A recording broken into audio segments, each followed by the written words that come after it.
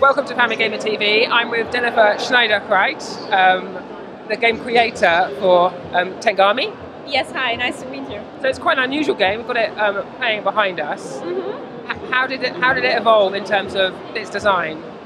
So we had the idea for Tengami when we were kind of talking about pop-up books that we read when we were children, and that it gives you this real sense of wonder when you turn the page, and this kind of like entirely new world, you know, unfolds in front of your very eyes. And that got us thinking, why is nobody using like a pop-up book, you know, in video games? Like, what happens if you use pop-up as a game mechanic? And so we set out to kind of like to experiment with various ways that you can use a pop-up book for a video game. Okay, so this is the ocean level, and what we see on screen at the moment is a maze. Whenever you see a glow on screen, it means that you can manipulate the pop-up book at this point. And the way that this puzzle works is that you have 3 different sections, and each section can be folded several times. On the Wii U, you just tap on the screen to where you want to go. And when you see the glow, then you kind of like touch it with your stylus. And in the puzzle that we see on screen, you slide it up and down. But in other cases, it can also be that you have to slide it left and right.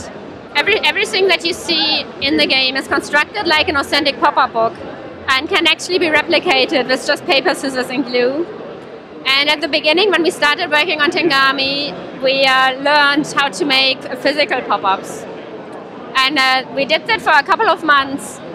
And we started by kind of like looking at how do you actually make a folding house, how do you make a folding tree. And from there we were kind of thinking, you know, like what kind of cultures do interesting things with paper. Japan obviously has a very long tradition in hand making paper. And sometimes people ask me how we do this, you know, really beautiful looking watercolor style.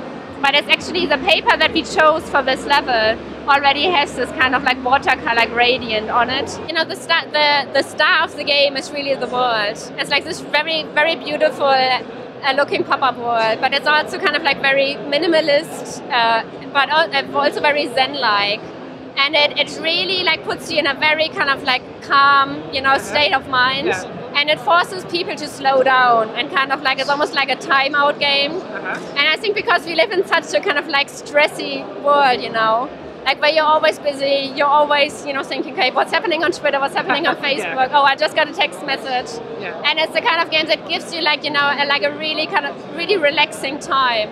A time for yourself to be with your thoughts, you know, to be reflective about what is happening. Yeah, I like the idea of that. And so how does it segment the gameplay? Is it chapters or levels, and maybe how long is the game?